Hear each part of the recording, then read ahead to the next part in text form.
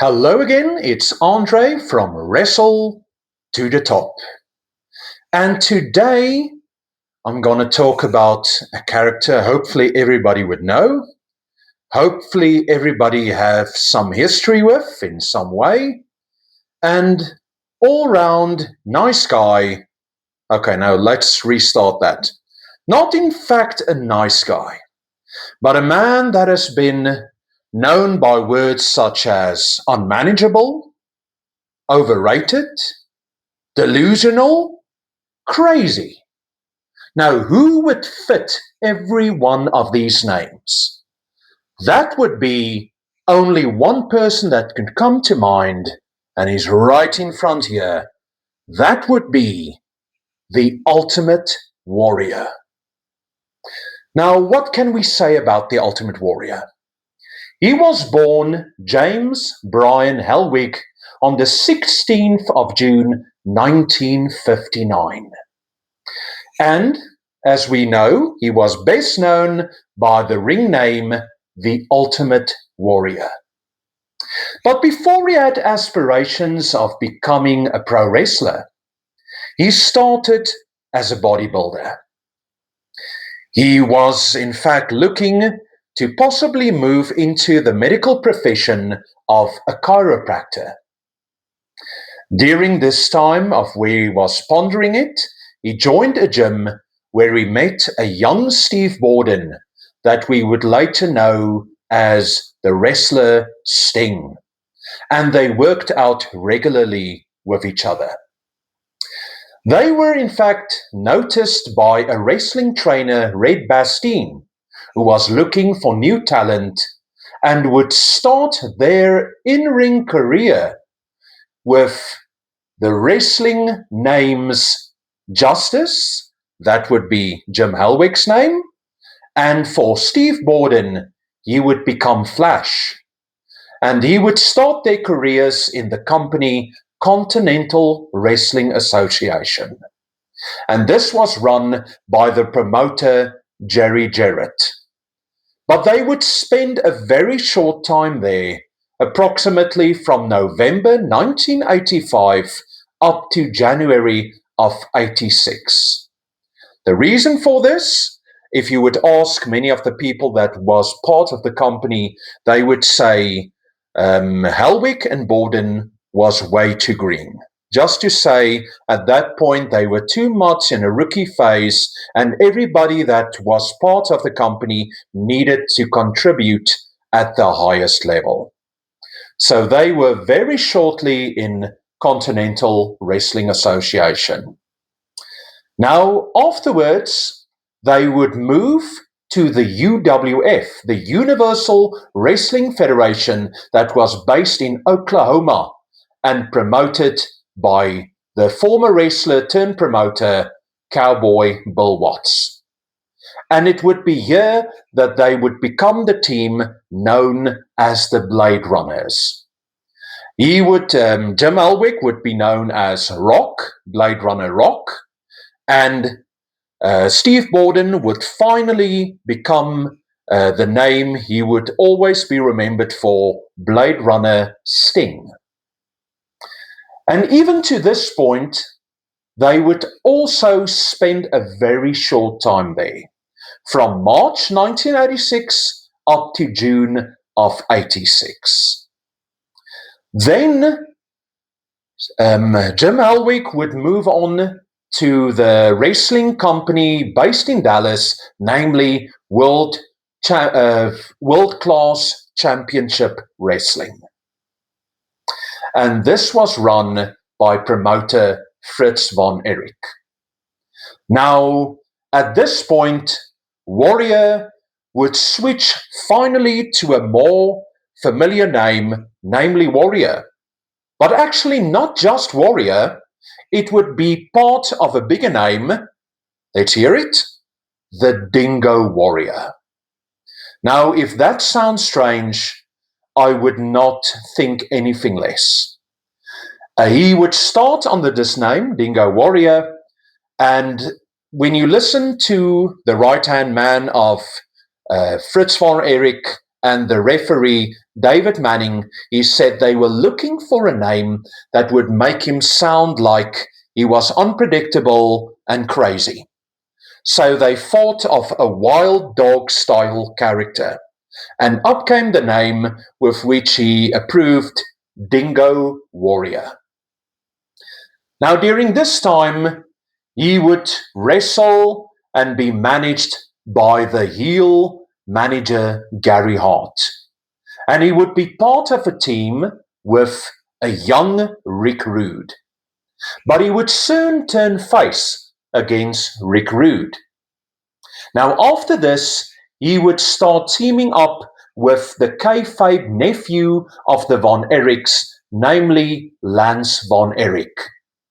And he would finally win his first major title along with Lance Von Erich on the 17th of November 1986, namely the company's tag team titles.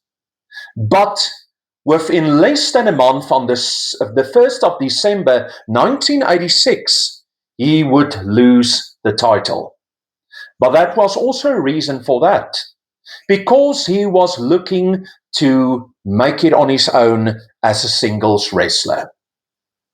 Now, following this, he had the aspiration of achieving that, and in 1987, he would start competing for the company's World Tag Team title, or known as the WCWA Texas Heavyweight Championship.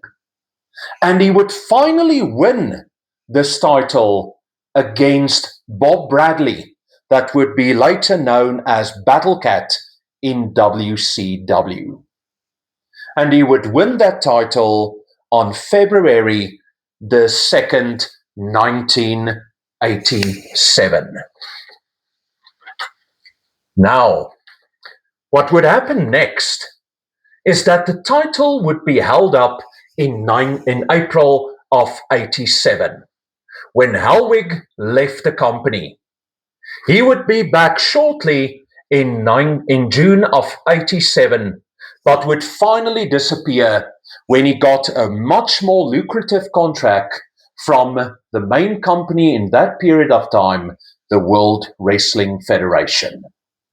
Now, the head of that company ran it out of New York, and that would be Vince McMahon Jr.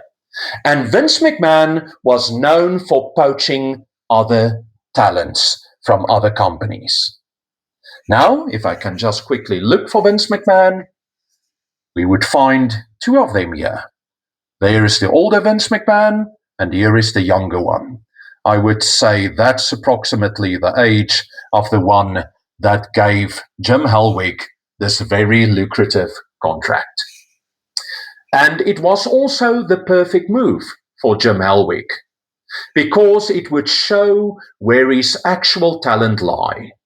Not as much in pure wrestling talent, but more of the showmanship of the company. Now, during this first run that he had in the WWF, the World Wrestling Federation, he first started having dark matches on normal house cards, just to make sure he got a little more experience in the ring before he would get a bigger push. He started off against jobbers like Terry Gibbs and Barry Horowitz. Now, during this period of time, he still wrestled under the name Dingo Warrior. But Vince McMahon, as he was known to think about the subject, said he had no idea what a dingo was. And he really wanted them to change the name in the creative control. So he said, as many people would claim, he said, we wanted Warrior, but not Dingo. So how will we get a proper name for Warrior? So what they did in creative, they thought about it. There was a problem. There was already a few Warrior characters out there. At that period of time, they already had the Road Warriors, which was Hawk and Animal. And they also had in World Class Championship Wrestling, the modern day Warrior, namely Kerry Von Erich. And it was one point somebody said, he is so much more than the Road Warriors. He's more than the modern day warrior. He is the ultimate warrior. And the name stuck. So from that point on, he would become the ultimate warrior. Now, what happened from this point on, we see his first notable feud was against another powerhouse, namely Hercules Hernandez, which he won against at the WrestleMania of 1988. Now, when we really can talk about a big move in his career, it would come a little later that year. On the 29th of August 1988, he got his big break. And it would be against the greatest intercontinental champion of all time, as he named himself. That would be right here. The Honky Tonk Man, the man that had an Elvis gimmick. And the Honky Tonk Man, at that period of time, already carried the Intercontinental title for over 400 days. Now, the plan was for Honky Tonk Man to actually lose the title to another wrestler, namely Brutus Beefcake. But when Brutus came up with an injury, there was needed a substitute for that impressive position. And who fit the spot better than the Ultimate Warrior? So on the 29th of August 1988, the Warrior came in and unexpectedly, in a mere 27 seconds, he beat the Honky Tonk Man for the title in a squash match of only 27 seconds. And that was truly an amazing moment. Now, I have another figure of the Warrior. He's back there in the box. And that would be the gear he had on that specific night when he won the Intercontinental title. And he would carry the title up to the next, I think it was WrestleMania, namely WrestleMania 5, where he would lose the title against former WCCW wrestler, namely Rick Rude, that also made the jump to the WWF. And it was in a very controversial moment when the manager of Rick Rude pulled down the Warrior's leg under the ropes that would actually not have been a pin, but the ref didn't see. And he would give the title to Rick Rude. But later that same year, he would at SummerSlam regain the Intercontinental Championship. Now, at this point, you would wonder, what could be bigger for the Warrior? That would be winning the company's biggest title, the World Heavyweight title. But unfortunately, at that point, it was carried by the most important wrestler in the company, namely Hulk Hogan. But Vince McMahon started thinking about it. He needed to switch to a new era with a new champion. People were getting tired of seeing the shirt rip of Hulk Hogan and him in the main position. And there was no other person at that point, you would think, that fit the better mold of the new era that was being created by Vince McMahon than the Warrior. So what happened was, while the Warrior was carrying the Intercontinental title, he started a babyface against babyface feud with Hogan. And it was called, when it reached its pinnacle at WrestleMania 6, it was called the Ultimate Challenge, where the winner would be the sole, will be in sole possession of the World Heavyweight Championship as well as the Intercontinental Championship. Now, all of this took place at the Toronto Sky Dome in Toronto. Well, that would also be the first WrestleMania outside of the United States. And it drew approximately 70,000 people. And approximately 70,000 people were going nuts, wondering who could possibly win. Would it be the Warrior? Or would it be the old war horse, namely Hulk Hogan? Now, what happened was the most surprising thing of all. The Warrior actually won clean against Hogan when he did his splash on him and pinned him for the 1-2-3. This would be the greatest moment, I would say, in the Warrior's life, when he beat the most important wrestler ever to wrestle for the WWF. And that would mean, what could be higher than that? He reached the pinnacle of the sport in the most important company during this era. So what happened now? He carried two titles, the heavyweight title as well as the Intercontinental title.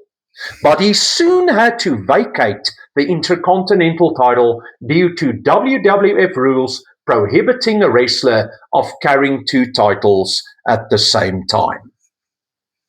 Now, what happened next was that Warrior had quite a few feuds during this period. He wrestled guys like Haku, Mr. Perfect, and Ted DiBiase. In January of 1991, Warrior started a feud with Sergeant Slaughter. Now, Sergeant Slaughter, I have him in the box back there, one of my favorite figures.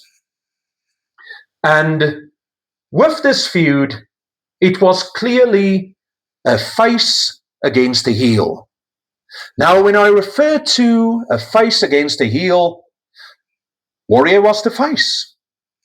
But the shocking thing is, Sergeant Slaughter turned heel.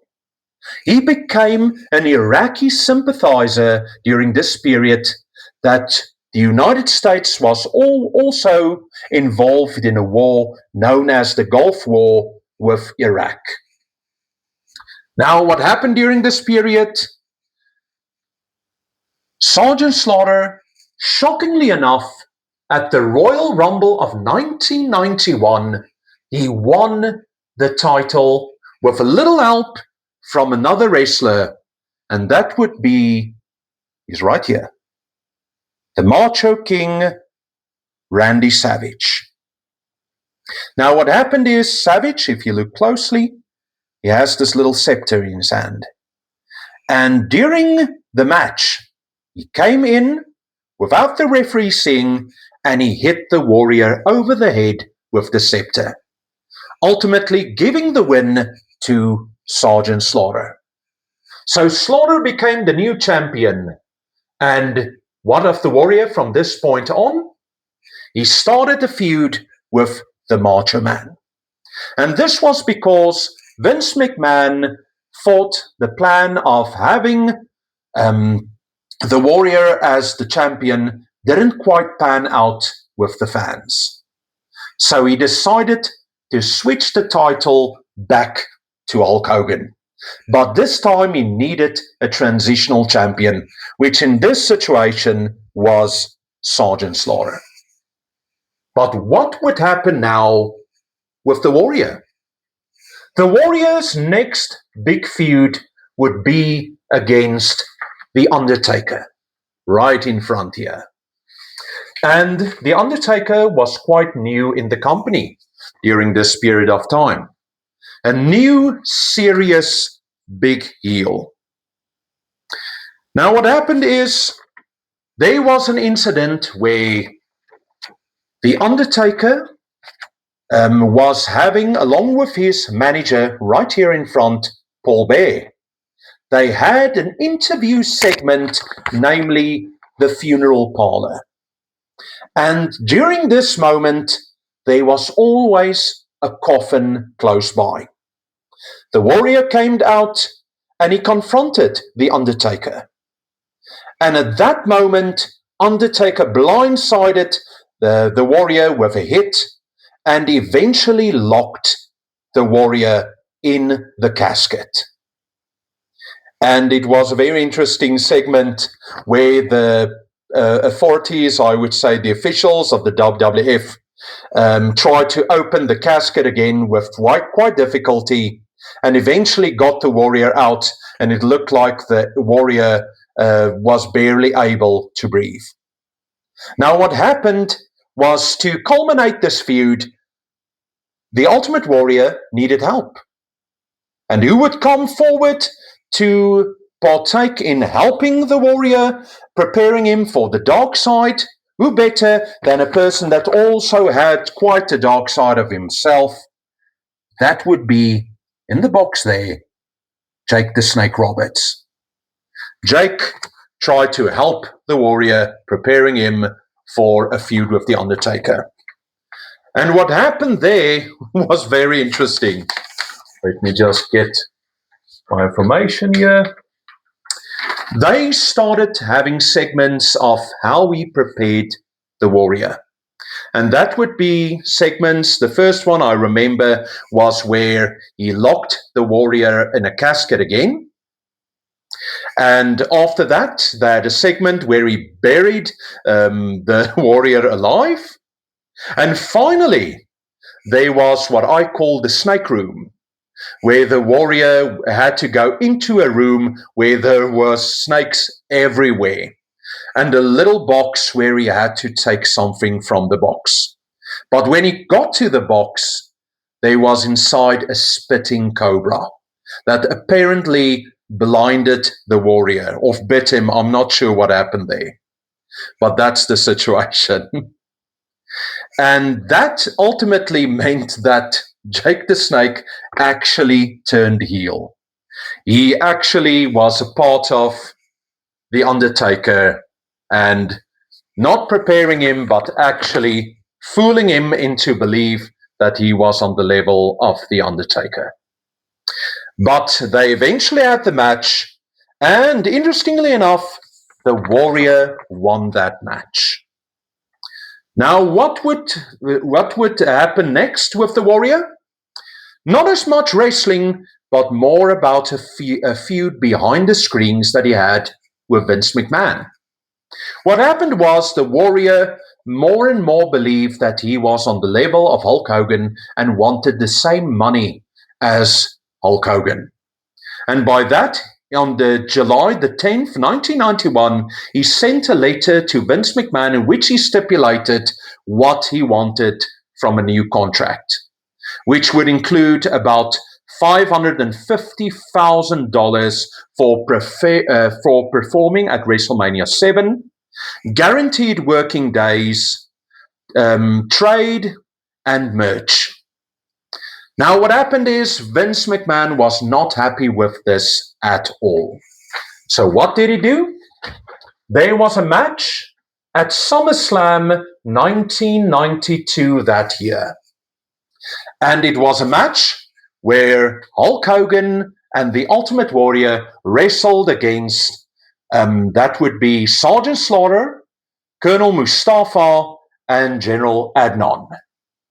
Now, the story is that Ultimate Warrior held up Vince for $500,000, meaning when he didn't get the answer back from his letter, he went to that specific pay-per-view and said he was not going out unless he get the money. Now, Vince, as he usually says, he would make sure he get the match in the ring. So it was believed that he agreed to pay Ultimate Warrior for that match.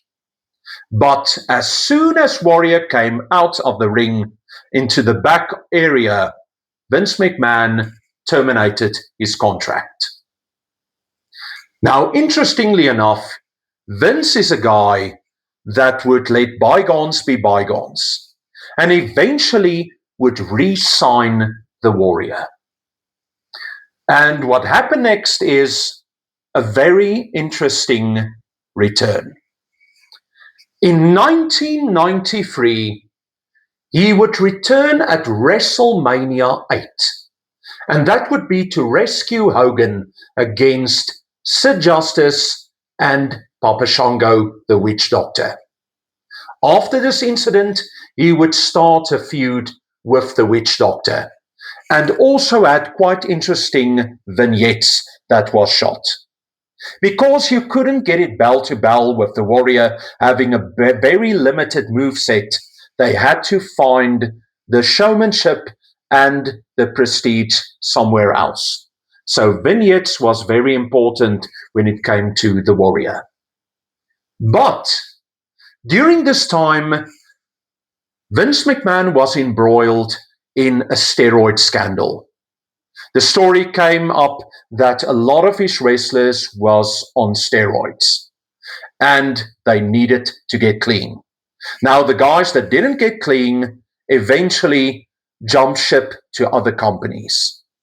But in 1992, almost at the end of November of that year, 1992, the Warrior's contract would be terminated due to growth hormones that were found in his system. Now, from 1992 up to 96, the Warrior was in semi-retirement. He had occasionally performed in Germany and other places in Europe. But during this time, he had another interesting idea. He lived in Scottsdale, Arizona, and started what he would call Warrior University. And that would be a training school for wrestlers. But also, in 1994, he was part of a case against the WWF, the World Wrestling Federation, where he officially changed his name to Warrior. And by that, meaning that Vince no longer had held a lock on the name of Warrior. So, Jim Hellwig, 1994, officially became Warrior. Now, during this period of time, he, as I said, had some wrestled in a few places. But the most important thing, 1996, he would return again. And this for the World Wrestling Federation at a very critical time. Now, Vince, when it came to the ratings against WCW, he was losing hand over fist. A lot of wrestlers have jumped ship to the WCW, and that would be guys like Hulk Hogan, Macho Man Randy Savage, and even Rowdy Piper, and a few other notable wrestlers as well. But what happened next? Vince McMahon knew he was losing. He needed a fresh face or somebody that the fans would lock onto again. And that would be where the Warrior came in.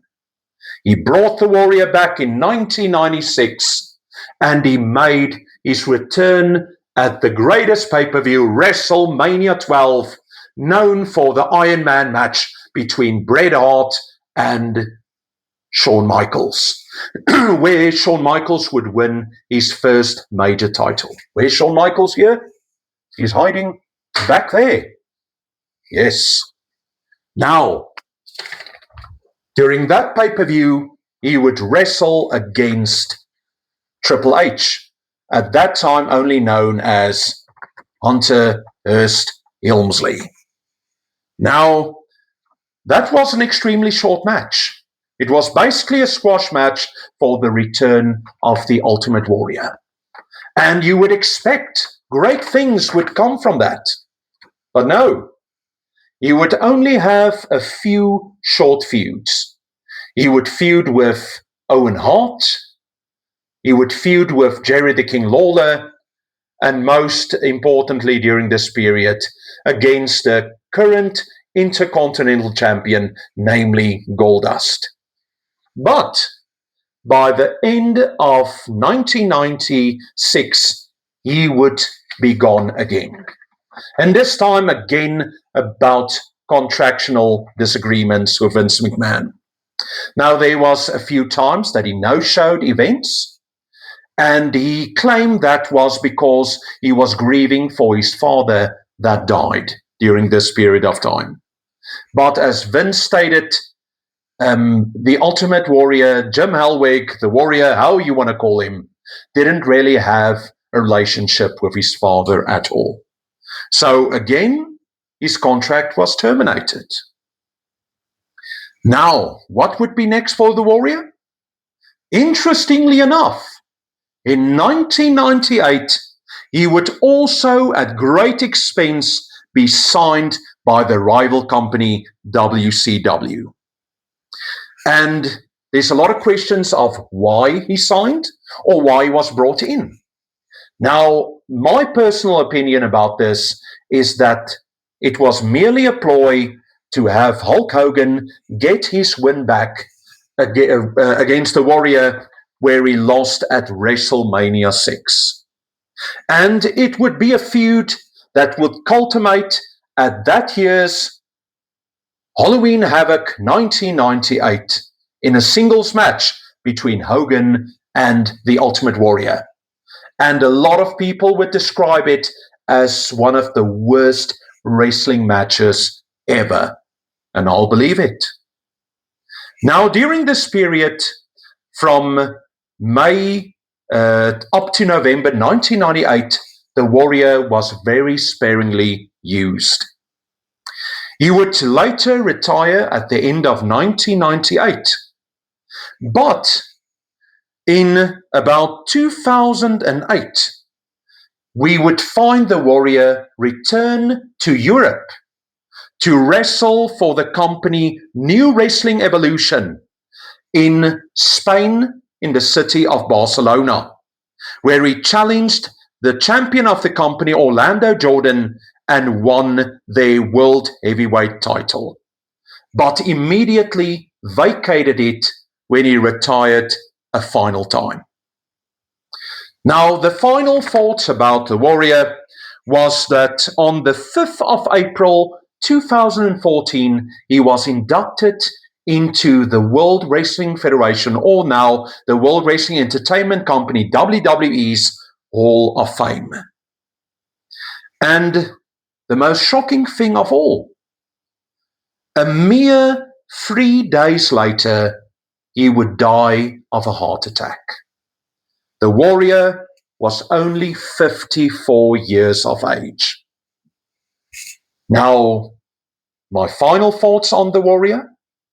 When he did return for the Hall of Fame, it looked as if he had changed. Because he was known, as I said at the beginning, unmanageable, overrated, extremely difficult to work with. But he settled the score with Vince McMahon, and another person he treated quite badly was Jake the Snake Roberts, which eventually his hand he shook, and there was no further rivalry between them. Now, the Warrior, I would always remember him as one of the most exciting characters, the most intense characters in wrestling. He was like a comic book character that came to life. And he will always be known as a very energetic and a character that you could never forget, even though he was very sparingly in the wrestling business. Now, from this point on, the Warrior will be remembered as a character that was bigger than life. And that character would live forth in many other wrestlers, like, for instance, Batista, that would also shake the ropes the way Warrior did it in the ring. And he is a character that was mainly a face, but had quite a maniacal edge. He was known for some of the most insane promos in wrestling history. And despite not understanding it, most people would just say, I don't know what he said, but that was cool. So I want to salute the Warrior for what he did for wrestling and the way he will always be remembered, the superhero that came to life. This was Andre from Wrestle to the Top. Have a good day.